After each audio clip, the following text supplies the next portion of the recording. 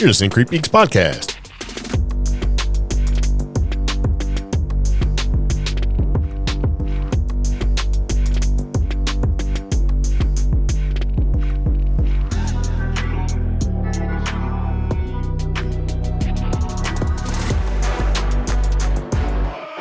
So it begins again. Welcome, Creep Geeks Podcast. This is Season 8, Episode 328.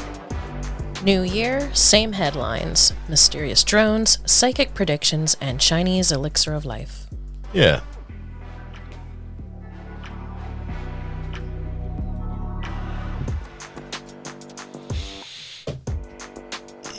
Let me get situated here. All right, here we go.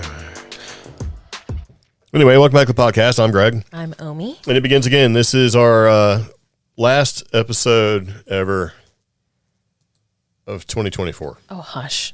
Yeah. I know everybody's doing that, but Okay. every year we strive to put out like holiday episodes, and then we don't. There's always something, man. It's always a busy time of year. Things happen. You know, it's like, oh, I got to do this, got to do that. And at some point, you kind of want to enjoy the holiday. And to be honest, for the past like 4 years for me, holidays just haven't really done anything. Yeah. It ain't really hitting. And it's like, huh.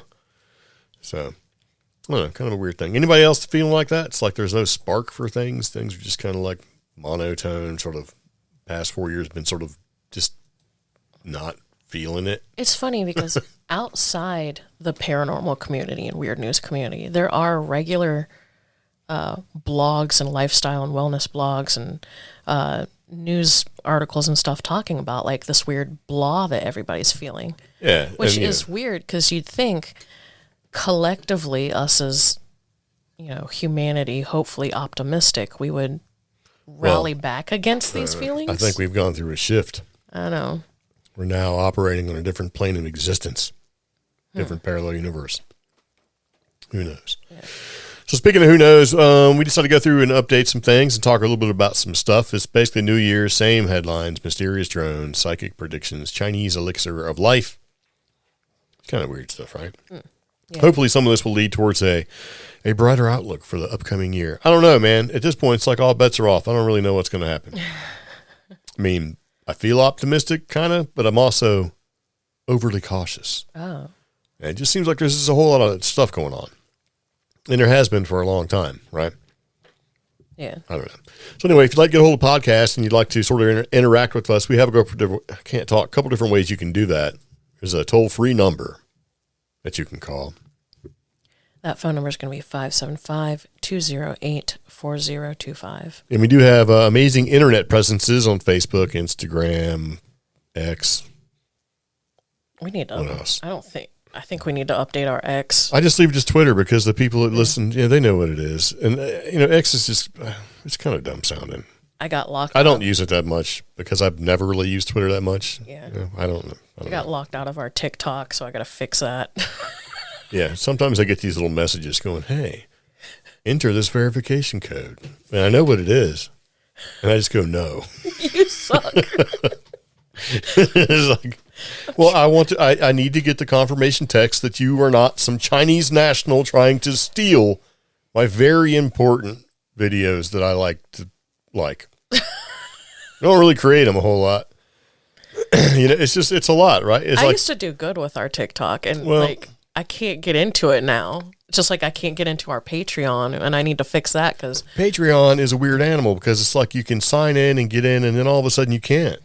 Yeah, I've had nothing but problems with that, and it's like we try to post, and when we do, half of them don't. It's a thing. And I know it sounds like excuses, and it partially is. So next year we're going to do better. oh, That's my plan. My plan is to do a bunch of YouTube videos, like try to get at least whatever 365 is split in half. What is that? 182.5 or something dumb like that.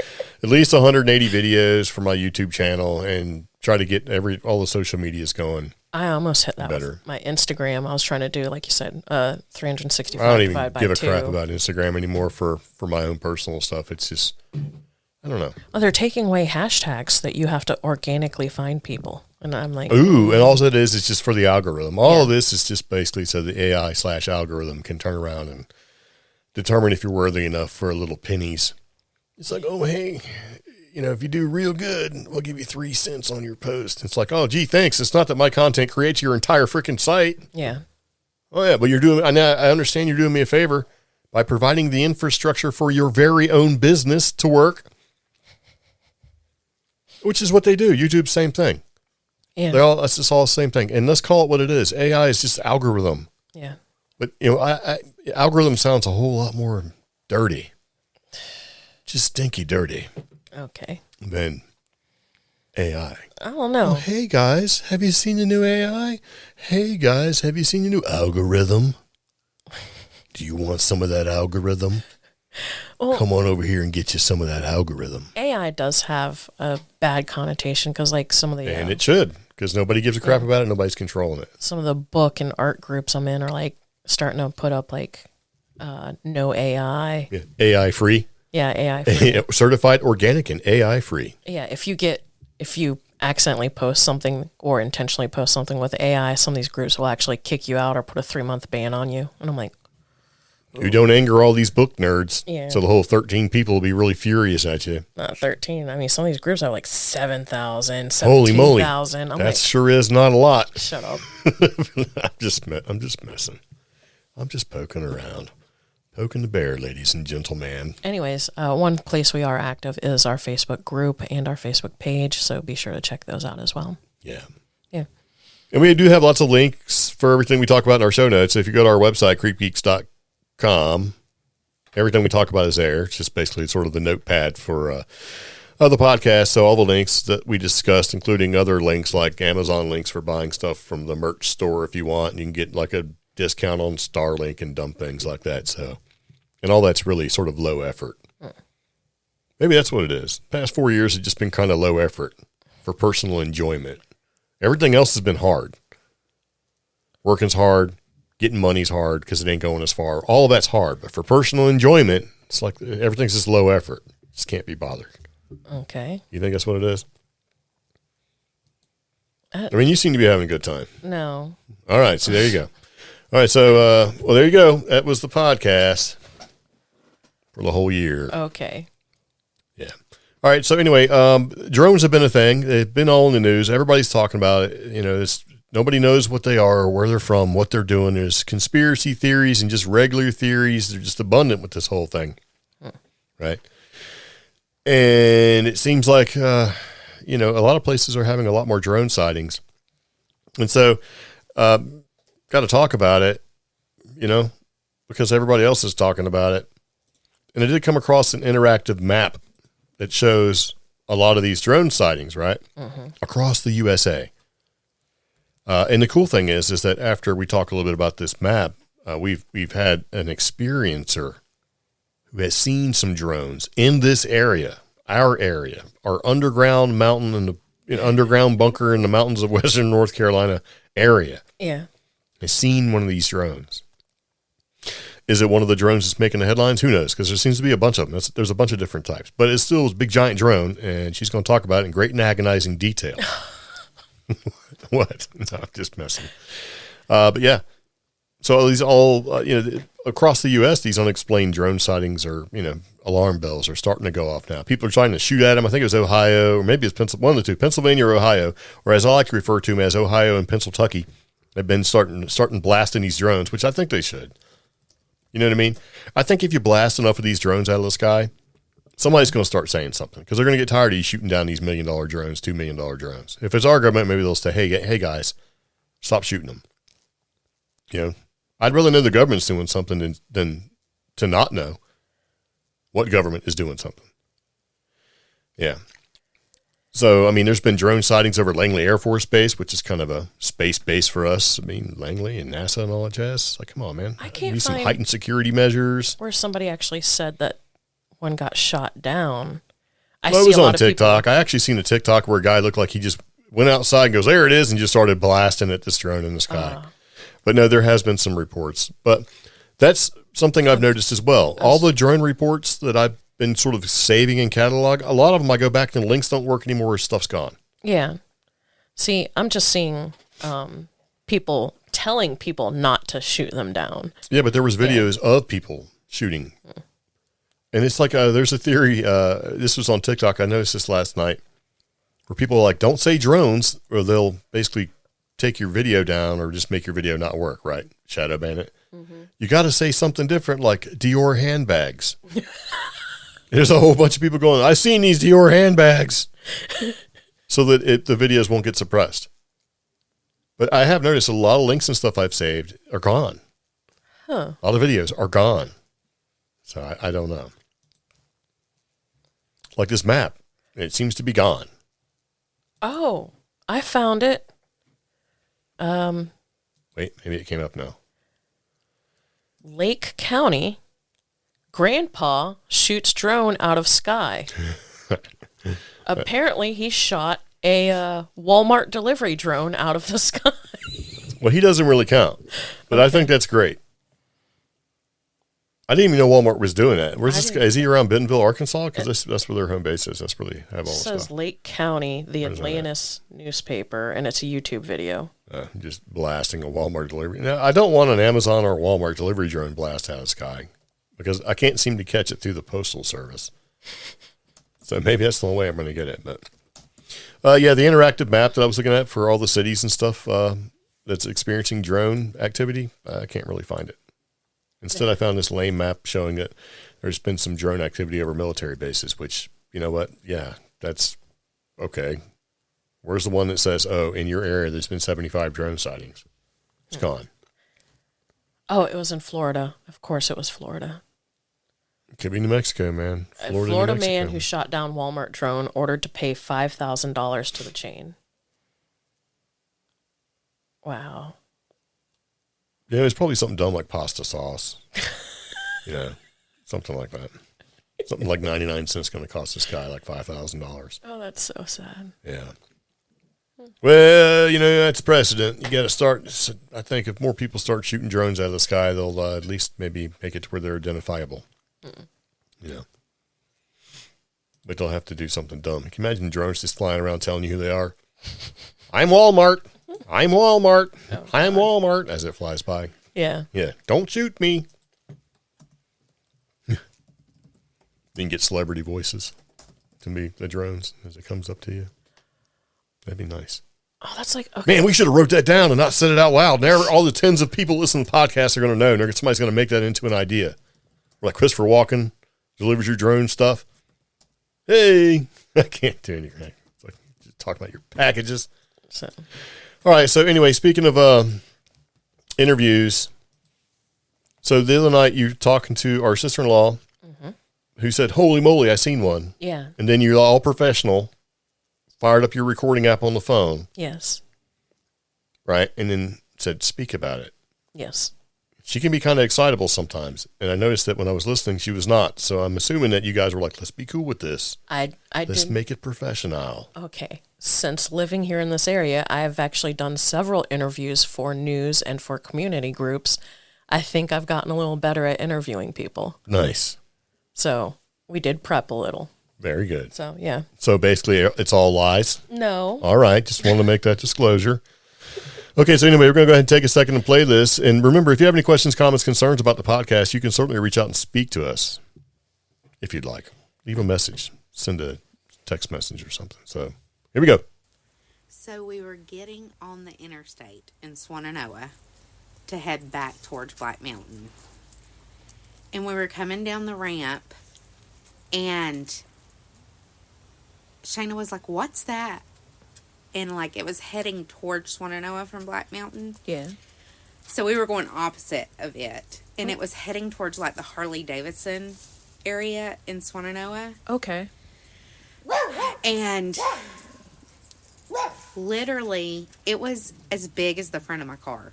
Really? Yeah, it had a big red light on it and a couple of white lights.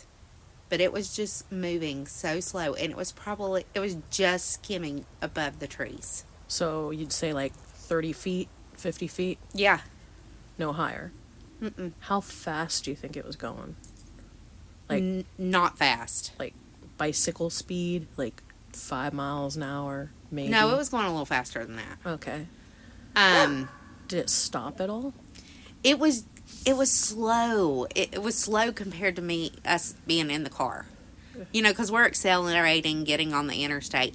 And I was paying it no mind because it was dark. It was like 8:30. Yeah. And my sister said, "Look, it's one of those drones."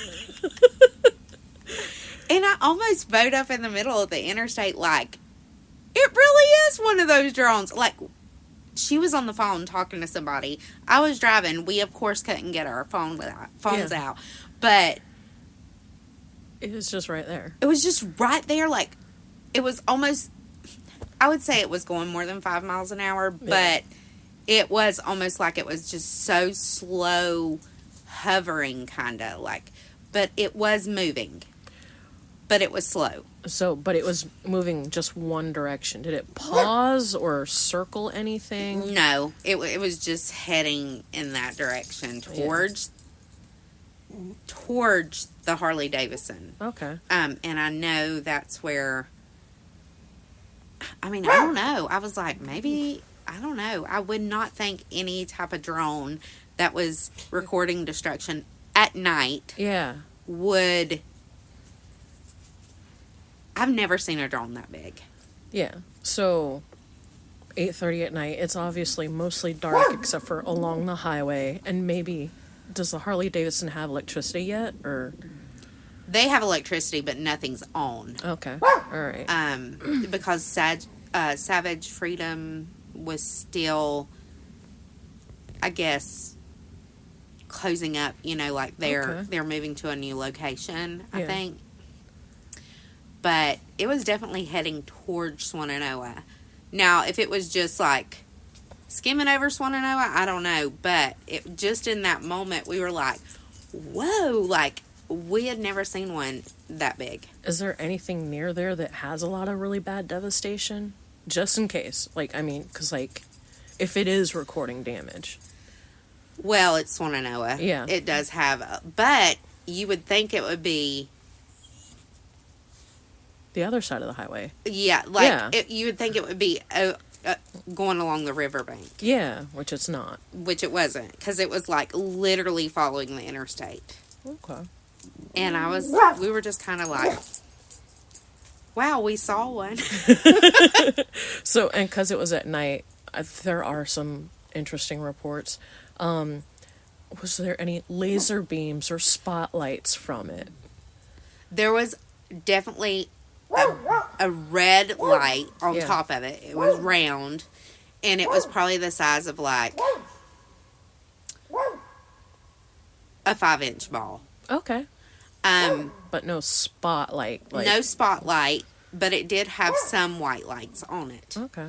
But there was definitely a red light on it, on top of it. It was probably too dark. You didn't see like an identification number. No, we couldn't see language on it. No. Okay.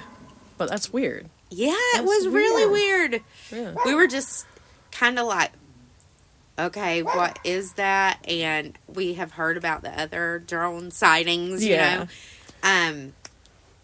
But this was definitely a drone.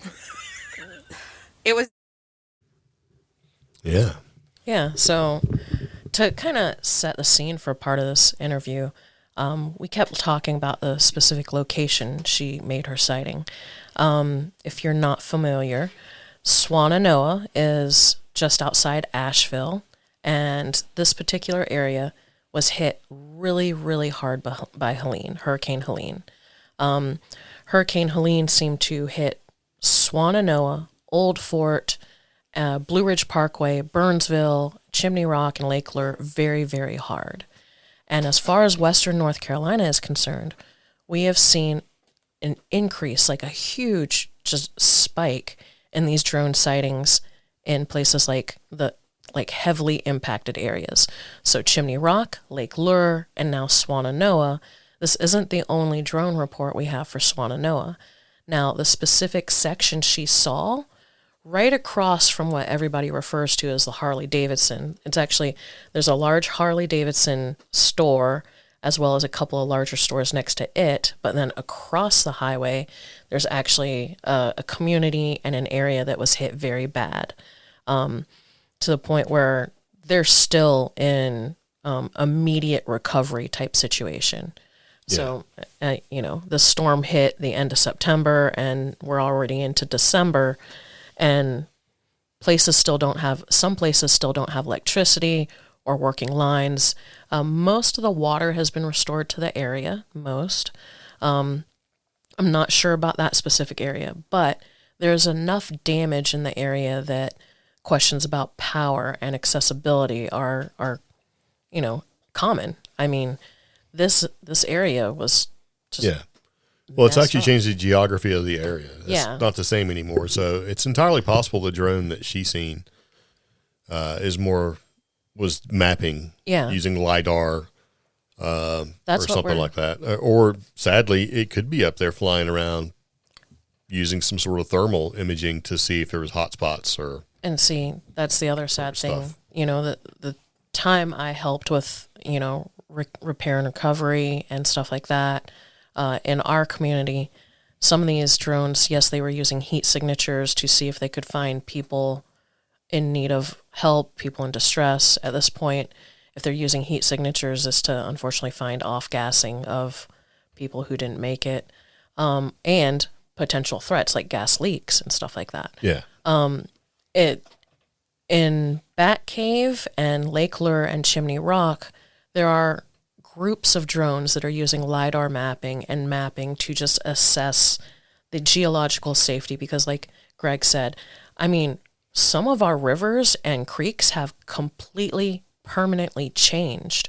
Mill Creek, which goes through Old Fort, there are sections that have moved as far as almost 50 to 75 feet in a different direction. Like the creek now meanders to the right now instead of the left. I mean, that's how significant some of this damage is, and we need something other than, hundreds of surveyors like in the 1800s surveying a creek. We have drones now. Let's use that. And people's property lines are different. Yeah, that's true. So the property you had may not be what you currently have, and people lost property. Some people gained property. So it's just one of these generational nightmares. It's going to take a couple generations to get where it was. Now, are these the same drones as New Jersey and Pennsylvania? I don't think Who knows? so.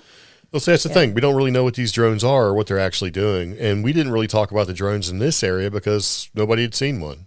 I mean, And they're happening so common. It's kind of like, well, I mean, do we think it's UFOs? No. if we really want to get hop on the tinfoil hat thing, yes, I have been seeing drones since September 30th and October Yeah. 1st. But unfortunately, I know exactly what those drones were for. They were for rescuing people Yeah. along the Blue Ridge Parkway and Spruce Pine and stuff like that. Yeah. So I But- beat y'all. Okay. That's kind of something I don't know if I'd be proud to, oh, look, I win. I know, unfortunately. Yeah. So But yeah, it was just, okay. So we figured we'd put it in there. And just to identify the one dog with the little weird, like, girly bark was was my brother's dog, Boats. And then Pepper's, tags were jingling. They just got here and they yell at stuff. yeah, But really what they're yelling at is coyotes, raccoons, skunks, possum, and the occasional bear. So, Yeah. But- and the wind, yeah. and me, and you. So, but let them bark because maybe they think they've saved us Yeah. so many times Yeah. from like leaf litter and things like that. That this is their destination and goal. It's like my goal is, I'm saving them, guys. I'm saving you. There's a little comic going around where it's like a guy and his dog have been abducted by aliens, and the dog and the guy are inside the UFO, and the alien is like piloting the ship, and the dog turns to the guy and he's like, "That's why I was barking." Yeah. That's what they wish. They wish they had vindication because sometimes they get embarrassed when you're like, stop barking at me. And they're like, oh, it's you guy. Oh, it's you. All right, guy. All right. So my thing is, though, about this whole drone thing, the drones I saw being used were smaller than what my sister-in-law described. So Yeah. these are obviously different drones. Well, I think the bigger drones that a lot of people see around here are, drones that are mapping and stuff because they have to have a long loiter time Yeah. to be able to map properly. And it would make sense to map certain things in cooler temperatures at night and maybe less light pollution or I don't know. I'm sure there's reasons for it. Now we've seen these big drones, or some of the bigger drones, going back as early as 2014, because one of where we used to work, they had a place that made custom drones just for that agriculture, mapping and things like Surveying, that. Yeah, and they'd be like assessment. 8 feet. Some of these were they had like 8 rotors or whatever, and they were like huge, as big as like a 6-foot table, 8-foot table. Yeah. And so they weren't just like, oh, let me just flip my drone up in the air. It was a process. They had to fire these things up, and they had huge batteries and stuff. So a lot of the drone stuff that I think that we're seeing is in our area is not weird, like UFO weird, like. I will say, now that we can... But that's the problem. There's a mix. There's a mix of drones everywhere flying around now, right? With like orb drones and drones coming out of the ocean and, long loiter drones. And now that we can get back towards the section of the Pisgah National Forest that we'd like to go to, maybe we should go out there and see what type of drones or orb type things are floating around in the Gorge Wilderness and maybe Brown Mountain. Yeah. Yeah. Because allegedly there are some deep underground military bases in this area.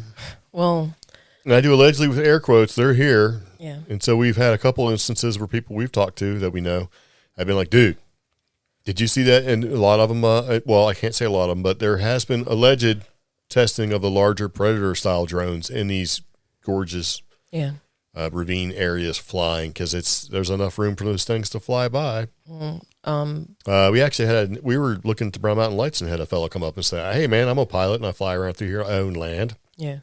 And he recently had to fight with the government because the government was encroaching on his land.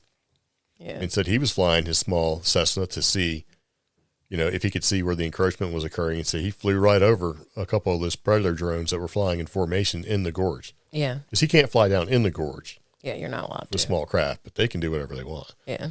So, well, the whole and we were like, area. well, what happened? He's like, well, I kind of told him to stop encroaching, and I've been sort of leaving it alone, because once he started seeing some other things, he thought there may be more going on in the Lindenville Gorge than he wanted to be a part of. Yeah. So I said, well, did they stop? And he's like, as far as I can see, yeah. So, as far as I can see. And see, that's the thing. People may not realize this, but Western North Carolina, we have been cut off from each other, and we have been hindered in our travel and our everyday lives and our recreation. The Lindenville Gorge Wilderness, we didn't even have access to it until a couple of weeks ago, because it's in the Pisgah National Forest, and that part was closed. We've kind of opened part of it back up, but then you have areas like 226, not that anybody knows what that means, but routes up to Grandfather Mountain or up to Lindenville or up to even parts of Little Switzerland and the Blue Ridge Parkway have been closed because you can't get to them because the road is gone, or, it's now a river, that type of thing. And there's nobody really out there legally going and checking on the Brown Mountain Lights or going and seeing if there's a deep underground base operating right now, Yeah, I mean, I don't know. Yeah. Because if nobody's going to check, then nobody knows you're there. And if nobody knows you're there and you get taken. I feel like in the paranormal world, instead of if a tree falls in the forest, it should be like, if a Brown Mountain Light travels through the gorge and nobody's there to see it. That's kind of the way it is with all paranormal stuff, right? Yeah. Probably happens all the time, just when you're not there, right? Yeah. Speaking of time, we're going to go ahead and take a second and do a time travel quiz. Oh, okay. I went ahead and did it before So you cheated. I wanted to see how many I'd get right. That's cheating, especially if I'm going to ask you questions and you already know. So I have yet to do this quiz, so you can ask me. All right. So so here's the rules. Mm-hmm. Go ahead. So this is a time travel quiz. We love quizzes from Higgy Pop. This one starts off with, who wrote the 1895 science fiction classic, The Time Machine? H.G. Wells. Correct. Yes. All right. Now, question 2, what was Bill S. Preston Esquire and Ted Theodore Logan's time machine disguised as? Telephone booth. Correct. Do I get to read the options or not? No. Okay. I mean, you could, but that would just take forever. In Back to the Future, what happened to Biff and his friends during the skateboard chase? They crashed into the manure truck. That is correct. I almost got that one wrong. So, Well, I mean, some of these are so, Yeah. you know. In Primer, the most confusing time travel movie ever made, the protagonist time travel in a box filled with which gas? Xenon, radon, or argon? Is it xenon? No. Radon. No. Argon. I picked argon. Did you get it right? Yes. You just totally guessed. I guess because of the type of gas argon is. Well, I basically did xenon because it sounds exotic. Okay. All right. In the 1984 movie, the Terminator was sent back to assassinate who? John Connor. No, Sarah Connor. Sarah Connor. Yeah. What There's did- been like 7 of them. They go back to kill each other, and nobody goes back to kill Kyle Reese. Okay. In Dr. Emmett Brown, what did he steal to power his time machine? Plutonium. Correct. In the BBC series Life on Mars, Sam Tyler awakes in the 1970s in which British city after an accident? I've never seen this before. So, It's either Liverpool or Manchester. funny enough, there was a US version and the BBC was a spin-off version. Because I knew the US version, it was New York City. Oh. So I almost got this one wrong because I thought, well, London's bigger. No, it was Manchester. Okay. So, yeah. In Quantum Leap, what is the name of Dr. Sam Beckett's holographic companion? Al. Correct. Which of the following... Fun fact. Yeah. In the past, like maybe 300,000 years in the past, he was the Cylon. Would you stop? He was one of the final 5. Yes. Okay. He was the first. Actually, he was the first humanoid Cylon. Spoiler alert. From like, I know, right? From like 2013 or whatever it was. 20, Which of the following movies involves time travel without using a man-made device? Your options are Groundhog Day, Yes. Source Code, or Looper. Groundhog. Correct. There's allegedly supposed to be making a remake of that. What speed does Dr. Emmett Brown's DeLorean need to reach in order to time travel? 88 miles per hour. Correct. Which Fun fact, I've done that in every van we own just to see what happens. And, you know, sometimes a little wheel shake happens, which is kind of scary. But in our current van, the Albino Rhino, Yes. 2018 ProMaster, you know what happens at 88? What? Nothing. You can just keep on going. You could bury the needle in that thing, which gets kind of fun. Which magical device does Hermione Granger use to time travel in Harry Potter and the Prisoner of Azkaban? Probity probe, a time turner, Weasley family clock. I don't know. I'm 54 years old. I'm not a Harry Potter nerd. I've only watched the movies because... Well, They're it movies. shows it in the movies too. Okay, I don't know. Time Turner? Correct. Okay. Okay. All right, this is the last question. All right. In Doctor Who, the Doctor's time machine, known as a TARDIS, looks like a police box due to a faulty what? Chameleon Circuit. Correct. Yes. And TARDIS stands for time and relative dimension in space. Correct. Yes. So, all right. And Tom Baker is my doctor. Because when I would come home from school, and there wasn't a lot on back in the pre-cable days, right, where you had to like switch to the weird channels, like Yeah. ultra, I think it was ultra high frequency. The PBS channel would play basically Doctor Who. So I had to sit through Doctor Who to get to cartoons. Because they only played cartoons in the afternoon. Oh. Yeah. And if I ever had to pick, you know, something to travel through the universe with, Yeah. I'd pick a TARDIS. Okay. It could be as big as you want on the inside, do anything you want. It can travel anywhere, as fast as you want, as slow as you want, and through time. So you could basically live in that thing. Okay. So, I mean, it could be a mansion. It could be, there's no limit. You could have an entire world in there. What? All right. So there's Or, you know, you can just get in a spaceship and suffer. there's more questions on this quiz, so we didn't spoil it all for you. And to be honest, I got a 13 out of 15. So, and the I'm ones I pretty got, sure I would have got 11 out of 12. the ones I got, you did. I think you did. Of course I did. The one I got Yeah. wrong, I was actually very mad about. So, Which one was that one? You could read that one. Which You can do anything you want. it's because the way they labeled them. Which of these Star Trek movies does not feature time travel? Ooh, wait, no, I got to look. What question was that? It's the very last one. Oh. Yeah. I thought there was like 30 of these things. There was only 15. Okay. Yeah, but here's the thing: out of the first ones, which is why I got this one wrong, I was thinking about the first ones, and the answer is technically should have been the one where it was like bringing Spock home. Like, I think it was like the fourth, or I don't know. But I got this wrong. So what are the choices? So the choices are Star Trek Nemesis, 2002, Star Trek First Contact, 1996, Star Trek 4, The Voyage Home, or Star Trek 2009. So which one is it? It's Nemesis, What? which I totally just forgot about. So Star Trek in 2009, there was time travel in that? I guess. So That doesn't make any sense. That's the Chris Pine remake. And they went back in time? no. I think you should contact the manager. I Ask do. to speak to the manager, Omi. I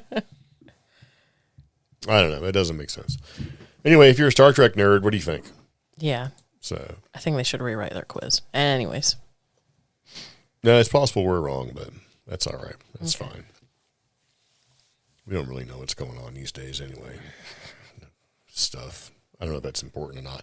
For example, I did not know that there was an Ebenezer Scrooge gravestone. I didn't either. Did you? Oh, I was going to say, did you know that? Evidently, you just you said no. You know. So, okay. So I did not know there was an Ebenezer Scrooge gravestone, and I did not know that it had been like vandalized or something. I also did not know that it had been vandalized and then restored. Wow. Yes. Okay. So, in an uplifting update to a previously unfortunate story, an Ebenezer Scrooge gravestone, beloved by a British community, was smashed by a vandal. This is in December. It's been restored free of charge. The thoughtless destruction of the marker served as a prop in the 1984 George C. Scott adaptation of A Christmas Carol. So, there you go. Yeah. So it's just a prop. But still, how many other places have Ebenezer Scrooge I don't know. Christmas Story, or was it with a Christmas Tale? Was it Christmas? But see, that's the thing. A Christmas Carol was filmed in Shrewsbury, so it's kind of like when a movie's filmed in a certain town, that town tries to hold on to a part of that film history. Well, yeah, sure. Yeah. But I know that thing's been remade a million times. So Yeah. Well, yeah. this is the 1984 version. Right. Yeah. Kind of like, well, I don't know. Like, imagine, actually, this has happened. So, in New Mexico, when somebody vandalized Big Chief and they painted over part of it and they had to go repair it. I mean, it's almost the same thing for Breaking Bad. Yeah. Yeah. I think it's gone. Yeah. I think all of it's been gone. I think all of it's gone out by the reservation because they put like a fire department or something in there. So we actually have pictures that don't exist anymore of artwork, Yeah. but not for sure. Haven't been there in a long time. Do like going out that way though. Yeah. And we ever make it back out that way again, we'll grab Dave and Kristen, and it's like 5 dogs and run out there. He's got 4, but run out to the res and see what's up. It's also where we had a weird Bigfoot type experience, so. And a weird magnetic anomaly experience with drones. Yeah. And Finding Bigfoot filmed 4 episodes there Yeah. because it was so weird. The Highway 4 out towards that area. Anyway, that's some cryptid stuff for you, some Bigfoot stuff. Yeah. I think everybody's heard it multiple times. We thought we parked in a weird spot and were being harassed by drunken campers throwing softball-sized rocks at us and running through the woods, making a lot of noise, yelling and screaming. And then come to find out, we did park in a weird spot. We actually parked in a road. Didn't know it was a road, right? Because it was dark when we got there. That's the thing. It was dark. Yeah. But the thing is that nobody goes there. Nobody camps there. No one camps there. We thought we were fortunate Yeah. to get these campsites because it's like 14 miles along a fire road of just campsites. Mm-hmm. And we got there late at night and like, this is a great spot. And it was just loud and unruly. Our And dog like, this Ben is stayed up crazy. the whole time. And basically Ben was staring out the side of the van window at a stump all night, and then that stump was gone the next day. A little 6 foot tall stump, Yeah. because some of the area had been burned by forest fire. It was like, huh, yeah. and then had another experience, and it's sort of like, wait a minute.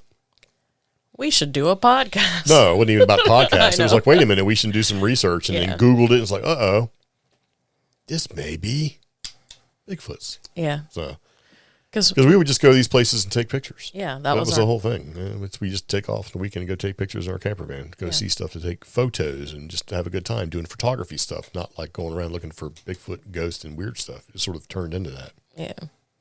So, yep. All right, so let's talk about some psychic predictions for 2025. Okay. Are you ready? Sure. Now these include a couple different things, and whether you agree or disagree, we're not picking sides. So here's all the predictions: a shifting landscape in America. Oh, we should preface No. this. Okay. I was going to do that after I read this. But who does them? After I read this first one. Okay. So thank you for just the podcast is done. We All have right. wrecked the whole thing. I'm going to No. go eat dinner now. So, shifting landscape in America, the psychic said, I'm seeing laws coming in, introduced about things like men and women's locker rooms, sex change operations, education will be reformed. There will be restrictions placed on gender teachings. All of us will see huge legal challenges. And of course, my feeling is this will happen. It'll be put through and become law for at least different changes, right? Mm-hmm. What I was going to say is, and this is from a psychic named Craig Hamilton Parker, who's from England. So this is not an American perspective. This is a European perspective on what some of these predictions are going to be. And he's known for his bold claims and dramatic visions. Yeah. So, Because he describes these changes as the beginning of the end of woke America. So I don't know. So that's what I was going to do, right? okay. He also has a more topical prediction, basically this came about after the second hearing of UFOs was held in Congress. So he says, at the time of speaking, we have an investigation going on into UFOs and talking about that. Again, this is going to be revealed as well. He thinks that Trump's going to bring the whole thing to the table, and we're going to pretty much get full disclosure on things. So people don't know why you're sighing. And some people may be aggravated by that. And let me explain where he's coming from. Okay. He's saying, based off some of the things that have been reported in the UK news, like Biden said, basically there's nothing to worry about. Who cares about these drones? It's not a big deal. They also published that Trump said, I think people should be concerned. I'm concerned. How come nobody's looking into this? How come we're not getting any answers? Those were the two opposing viewpoints that made him make the statement, because President-elect Trump has also said there's a lot of things he's bringing to the table because he wants questions answered, and drones will be in that mix. Okay. Since the rise in interest in UFOs, which is we're now at a decade, like the increase, even like during Obama's campaign and Trump's first campaign, or first term in office, everyone has said, yes, let's talk about UFOs and all this other stuff. And when it comes down to it, we don't get it. I am almost to the same point as when meteorologists go on the news and say, is it going to snow for Christmas? That is what I am equivalating disclosure with these days. Equivalating is not a word. Whatever. And secondly, that's exactly what they want you to do. Okay. They want you to become apathetic to the entire thing. And you know what? Mm-hmm. It's absolutely working. It is. There's been drones flying around. We haven't even talked about it locally until we found somebody that, family member who has seen it. And Because we don't care. friends sending me video. Yeah. That's why I'm saying it's going to be good when people start shooting these things out of the sky, because we're finally going to get some answers. Is it little green men, little gray men, whatever your flavor of alien is? No, absolutely not. Because I think that if it is, or some of these are alien influence or whatever, future technology, whatever it might be, they're not going to have any pilots in them. What's the point? And those are the ones that are coming from deep, underwater submersible, or USOs, underwater submerged objects. Who knows? But it doesn't hurt that the Ukraine war has happened for a couple of years. They're just using drones for everything. Mm-hmm. That's my fear, is that you can easily take the experiences and technology of what's been learned on that battlefield and apply it anywhere you want. Huh. And there's not a whole lot of defense effective defense for things like that. You know, you take $100 drone and fly it around and do some terrible things, except for EMP. But you know, this is an issue that's going to take many years to figure out as far as when it comes for defense of these things. Okay. Maybe aside from a more practical approach, like shooting nets or BBs or ball bearings or shotguns or whatever. Oh no, here we go. There's going to be social unrest in Europe. What amazing prediction. There already is social unrest in Europe. Well, and divisive political visions and technological turmoil is going to happen. Well, yes, okay. So is he really predicting if it's already He's happening? Yeah, it's like, Yeah. I predict something that's already occurring everywhere. But my prediction is that it's going to continue. Okay. Think you can do better? Of course I think I can predict better than this guy. Yeah. Things are going to be different, but the same. We should just Write it down, right now. Put it in the podcast. All right. We should just have a whole Greg's predictions thing. That'd be lame. Yeah. Much like horoscopes, they will be like, vague. And somebody go, wait. Yeah, I don't know. So we just want to put that in the perspective from that dude, Craig, whatever his Hamilton Parker. Yeah. Why does he have a hyphen? That's just weird. I don't know. He looks strange. He looks like he needs a hyphen. You know what I mean? He looks like he needs hydration. Okay. Let's not get personal. Okay. I can make fun of the man's name. I'm not going to make fun of how he looks. All right. You know why? Why? I have seen what I look like today. Oh gosh. As soon as I find my haircutting thing. I don't know where that, see, things, that's just it. That's the 2025. The replacing things I've lost and finding them right after. Okay. Like, totally bought another pen set because I couldn't find my pens. Okay. Found my other pens. Now I have a surplus of Sharpie S-Gel gunmetal gray metal body pens. Okay. Yes, if you're looking for a nice gel pen that ink dries instantly and it works very well and writes smooth as butter for a left-handed writer, get those. They are great. They're a fantastic deal. Get like 5 for like $9. Okay. It's not a commercial. That's a freaking endorsement, man. We should probably put a link in the show notes. Oh, man, that'd be smart. But I just wish they made like a compact version. Yeah. Because then you could carry around your little pocket notebook or whatever. It doesn't need to be like, 6. The phone doesn't need to be as long as the pen doesn't need to be as long as your phone. If you like big phones, because we like big screens on our phones. Yeah. It does write great, though. As soon as I bought one and wrote with them, I'm like, man, this is a fantastic pen. Those pens, Sharpie S-Gel pens, are better than the Pilot G2 pens. And I'll fight you in the front yard right now. I'm not kidding. Because those are the pens that everybody like because they write dark, it's smooth, and they kind of have a nice big fat grip on them and all that stuff. People are like, these are amazing. And they are. Sharpie S-Gel pen is freaking better. You need the metal version.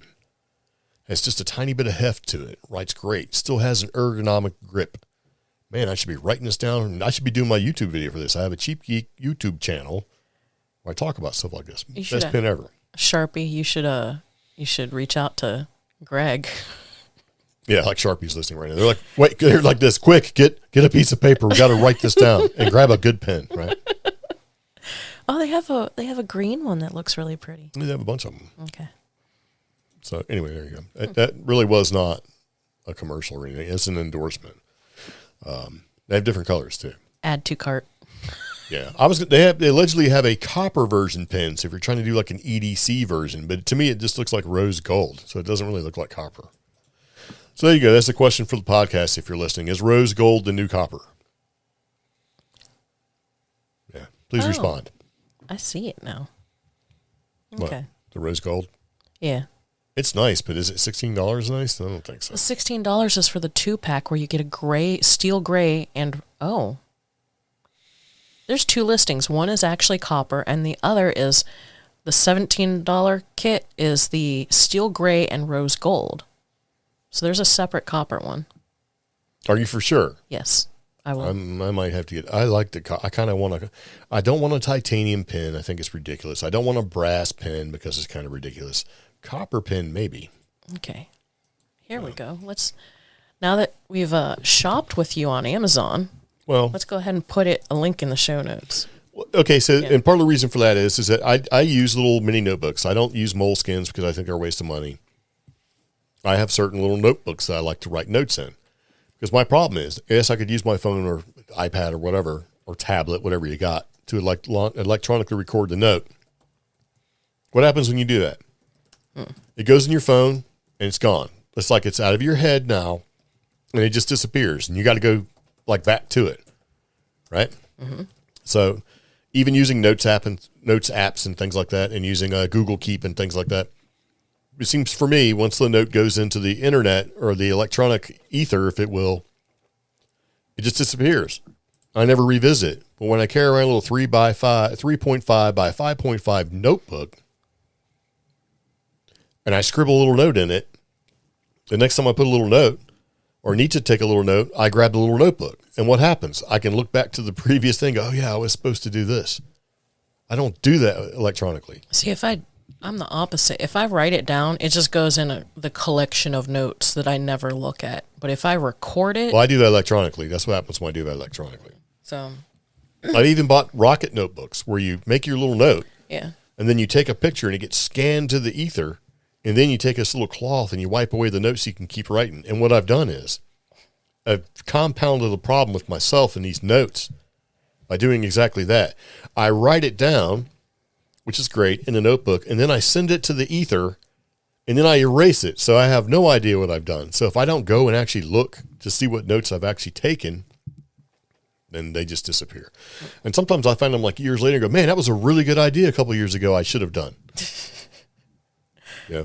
Oh, so you have to be careful. There is a champagne, a rose gold, and a copper. So yeah, copper I could care less about. Champagne.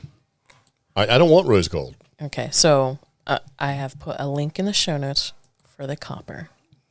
Maybe if I click that link, I too could be the proud owner of a copper pen. I just hope the disappointment will not occur. If it's the same thing, if they're just calling it copper and it's really... No, because I've looked at both listings, and believe it or not, the champagne one is actually more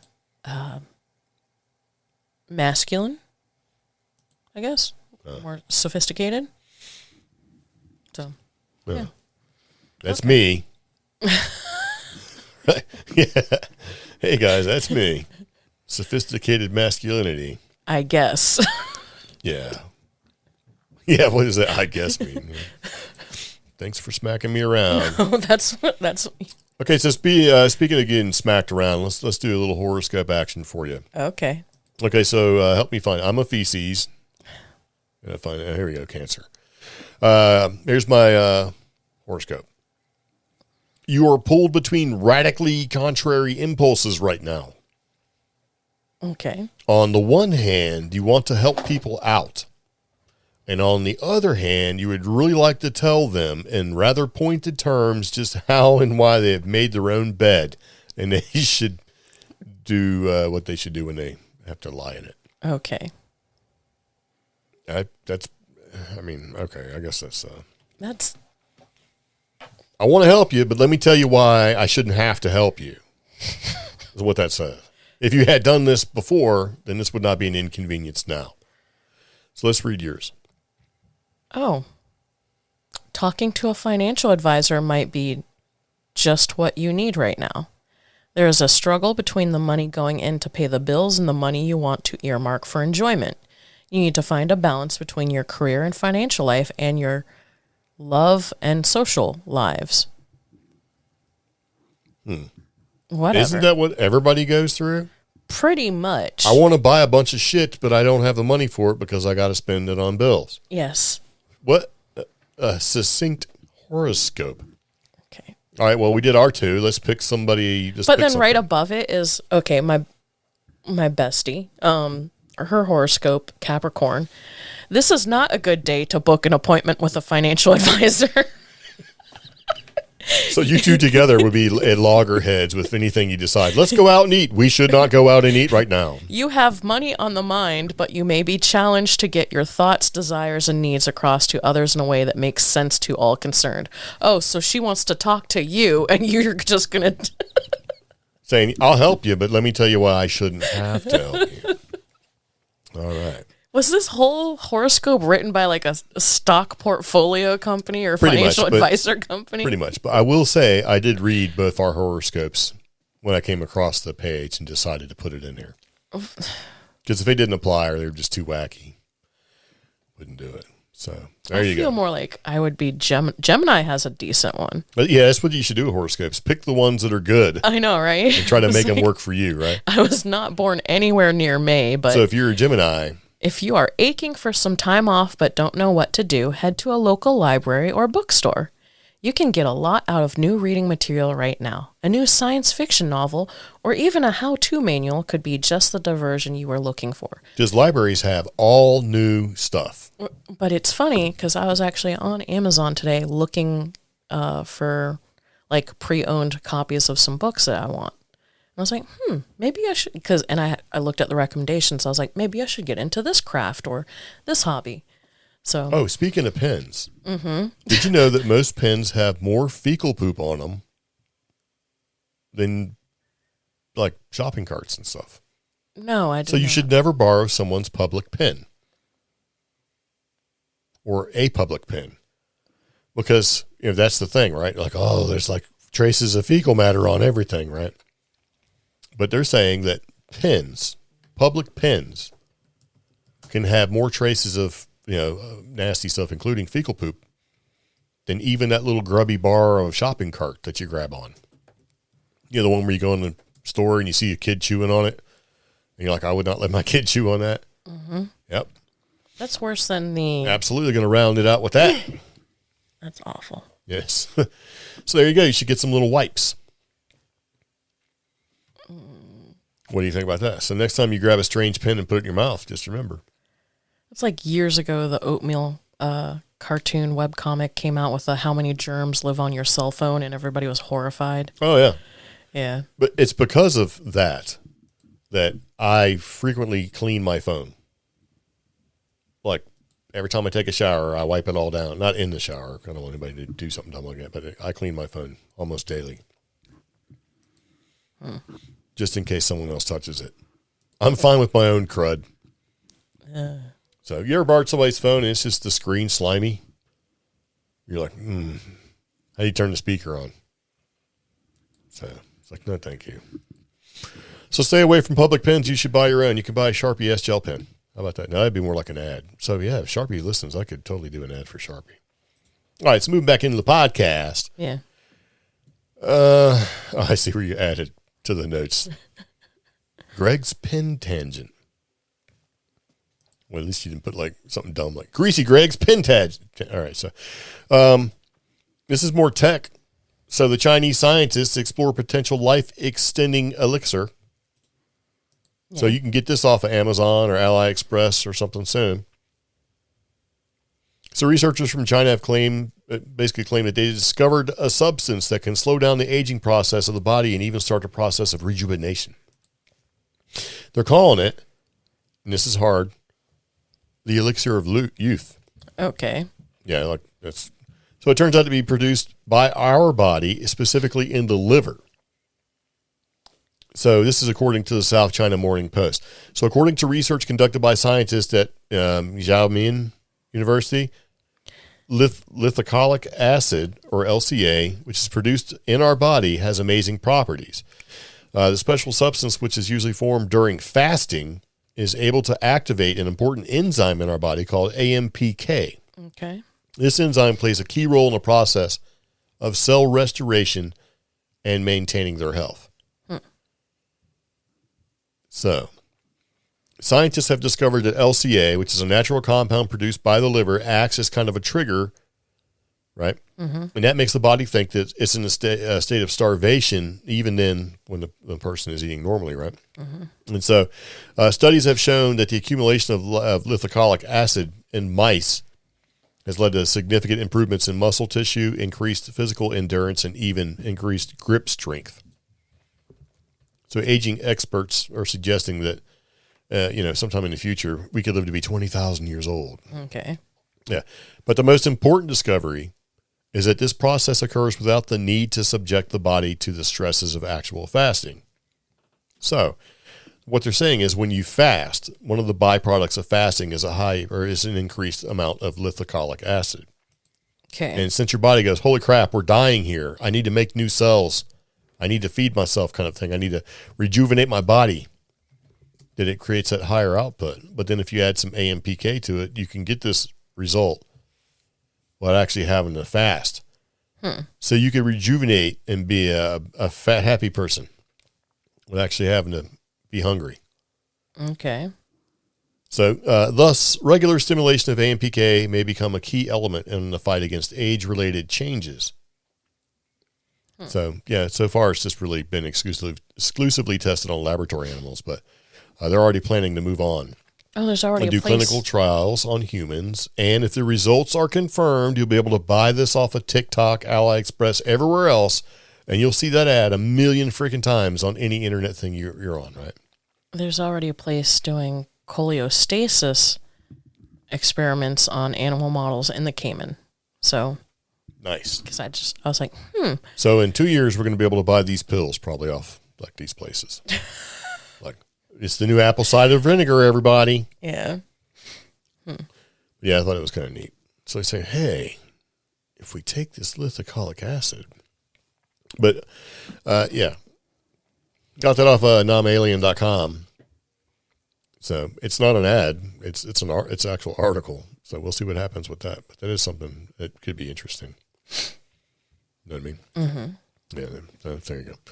And then we're going to round it out. We're going to round out the podcast with a sort of an article that I read. That I read the title, and then I started reading the article and realized that I would rather just talk about what I think the title actually means. Okay. Versus what they're actually writing about. Which is actually kind of interesting to me. So. All right. Well, then you make it interesting. Oh, well,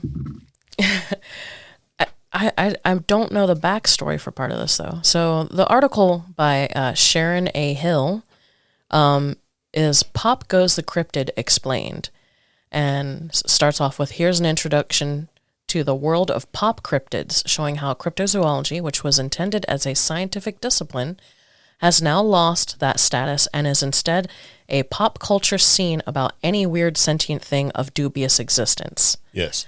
The scope of the definition of cryptid expanded very widely, and people are using cryptid representations in all new social ways.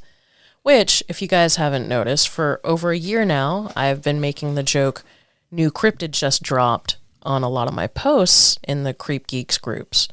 And that is very pop culture of me. Yes. Now, she goes into this very long talk and presentation about why there's an inevitable change in the cryptid landscape from its original intent as a scientific discipline and endeavor to a modern generalized topic about any sentient thing of what she's calling dubious existence. Yes. Now, traditionally, cryptozoology was a means to study and explore beings, creatures, animals, biological things that don't have a very specific, I don't know, it had to meet certain criteria. Yeah, it's this is sort of what's happening here. Yeah. Now, Greg and I, for years, have been discussing how the paranormal and cryptozoology have become not necessarily less reputable, but sensationalized. And as a result of that, modern TV oversaturation of shows and stuff like that, it's not given the same dignity as formal scientific discovery and exploration. Yes, and the interest in it is now misguided. It is, because people that would be getting into the field to maybe do some research and try to do it more scientifically and put some more credence to it all, are now like, ooh, let me buy a T-shirt, let me do this. Oh, it's it's not the same. And it has turned into more, and that's the thing. Instead of being embraced by the scientific community, it's been embraced by pop culture and art community. And what happens when that happens is that the real scientific sort of side, the credible side, is just getting washed in with the, oh yeah, there you go. But then there's a third victim here that we haven't talked about, and that is folklore and history. Nobody's even branched off and talked about that. Some of these things that are cryptids, right now you have different paranormal and cryptid podcasts and entities in general arguing over folkloric cryptids and beings that are either indigenous in nature, like Skinwalker or Wendigo, or even like the source of the Chupacabra or devil dogs. You know, now we're arguing about those things instead of like, let's look at the history and then let's find scientific example. Instead, we're just printing out T-shirts saying, you know, Chupacabra pizza or whatever, you know? And a lot of the examples that are used are like Mothman, you know, like everybody's seen Mothman is real and he's my boyfriend. Everybody's seen that sticker. Well, it's even happening with Bigfoot. Yeah. Or like the werewolf one, and it's like werewolves behind Waffle House, and or Bigfoot. You know, Bigfoot's being used in a Leave No Trace campaign, marketing. Or campaign. look at Harry and the Hendersons. Well, yeah, but that's way early. That's like right. But I mean, this whole thing started because if you go back and you look at folklore, and you have a legend, you know, it's a regional thing, happens locally, right? Mm-hmm. And the information is typically saved in that community. The community knows all about it. But when somebody else knows about it, or they put it in the newspaper and it becomes more popular, becomes more widespread, it's sort of the same thing as having this pop culture influence on it. Yeah. And then things get sort of diluted or washed away. So the real essence of the story now turns into, oh yeah, I like the Jersey Devil. Which goes into a term she's coined here that I absolutely love, weird washing. Now we've heard of whitewashing, like whitewashing stories to make them less violent or less serious in nature, like nursery rhymes. Yeah, it's diluted. Yeah, diluted. Well, now we have weird washing, where it's almost the opposite. Instead of diluting, we're saturating something with even more weirdness. Like, and that weirdness could be anything from like fabricated aspects of the cryptid, or adding humor to it to make it more, I don't know. And it does happen digestible. with, you know, things like, let's look at Salem witch trials. So, you know, or even like the Spanish Inquisition. I don't think that falls under weird washing. Yeah, well, yeah, sure, it could. So, because now, I mean, like you've got, like with Salem witch trials, you know, people were killed, right? Horrifically. Like with witch trials in general. When I was in elementary school, way back in the 70s, we learned all about like the Salem witch. And more importantly, the Witch of Witchduck in Virginia.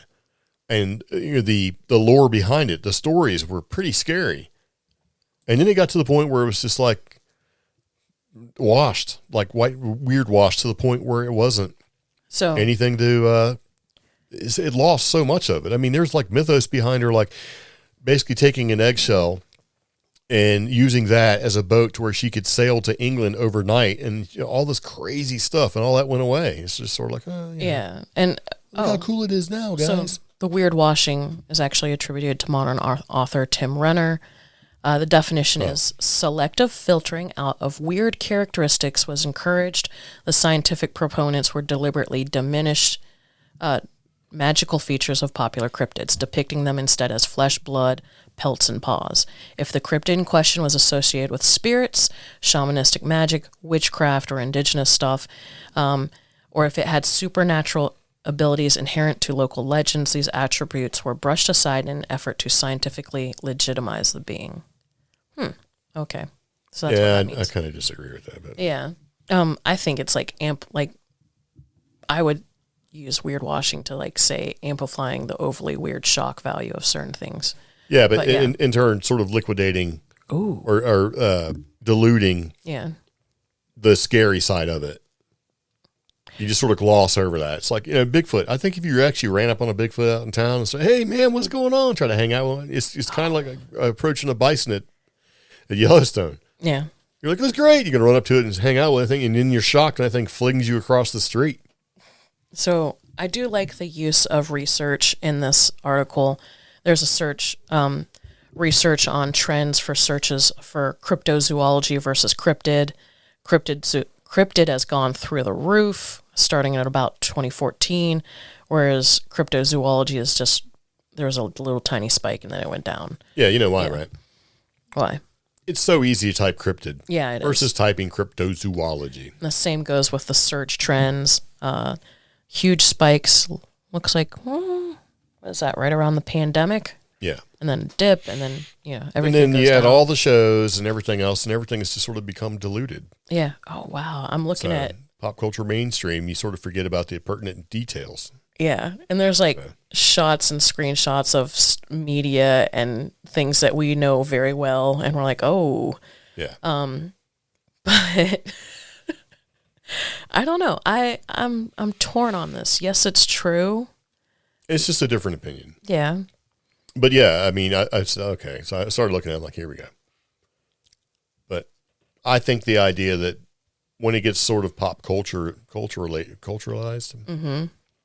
that the thing behind it of what made it what it was gets diluted to the point where it's not the same. And it's funny because there's an example in a certain section of this article where I would completely disagree with this author because the example is kind of, Yeah, exactly. people we care about. Right. know? So that's why I was like, I'm just going to tell you what I think it means. I'm just like, So it's like, I like what you've done here. I kind of disagree with some points. So yeah. yeah, but it's still, we do have a link to that in the show notes. It's pretty interesting if you want to kind of check it out. But you can agree, disagree. I take a different view on it. I kind of like that cryptid has gone a little pop culture. I do too, but now it's just so diluted out there that nobody cares. And so why go out and research it and try to find the real deal when you just don't care anymore? It's like buying a Ramones t-shirt and never wearing it or never listening to the Ramones. But here's going with that Ramones example. I work with normal people, normal everyday people. That's also subjective. And one of my coworkers got me alien earrings for Christmas. And then another person I know in the community, because I work with a lot of community groups, small businesses, got me a Mothman sticker for Christmas. And these are normal people, but they saw that weird and they said, Omi. And I appreciate that. There's nothing wrong with that. So, because it was No. accessible, so they were able to buy this weird thing for their weird friend. Well, let's look at like we went the first time Spruce Pine, North Carolina had a UFO festival. Mm-hmm.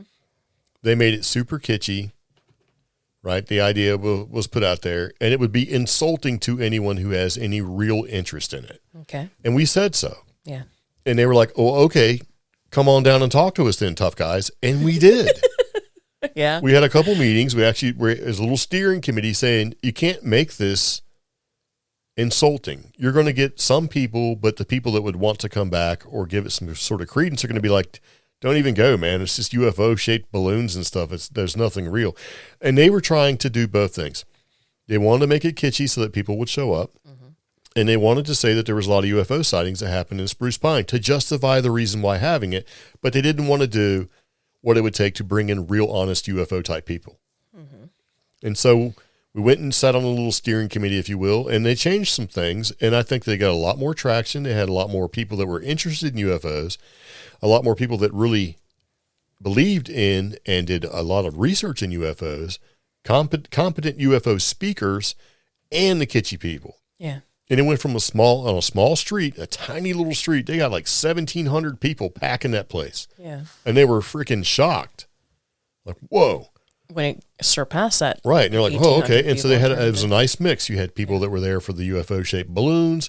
You had people there listening to stories about people having experiences with UFO. You had UFO speakers. You had curious people. Right. You had the whole meal deal. And of course, when COVID came around, it killed it for a minute and eventually came back. And I will say that it's definitely not the same as the first one. But that's kind of what this article means to me. It's kind of like, okay.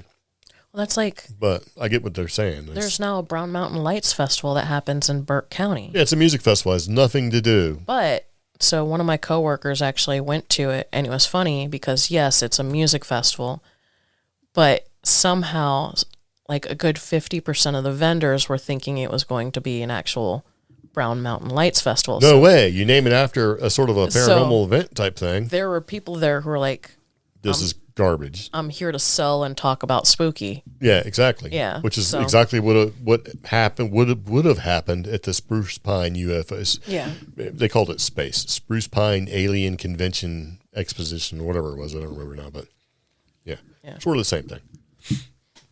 So yeah, it's kind of weird, huh? I don't know. All right. Well, anyway, I think we're going to go ahead and take a second to wrap up the podcast. We do want to appreciate everyone who listens to the podcast. Yes. It's been a little bit of a year for everyone, I think. But we really appreciate people that listen and interact with us and the whole deal. So you get my end of year thanks to you. Here we go. You ready? Thanks, guys. I really, really appreciate it. So, wait, I didn't make that. Thanks, guys. I really appreciate it. All the listening and interaction. No, really, it's been good. Yeah.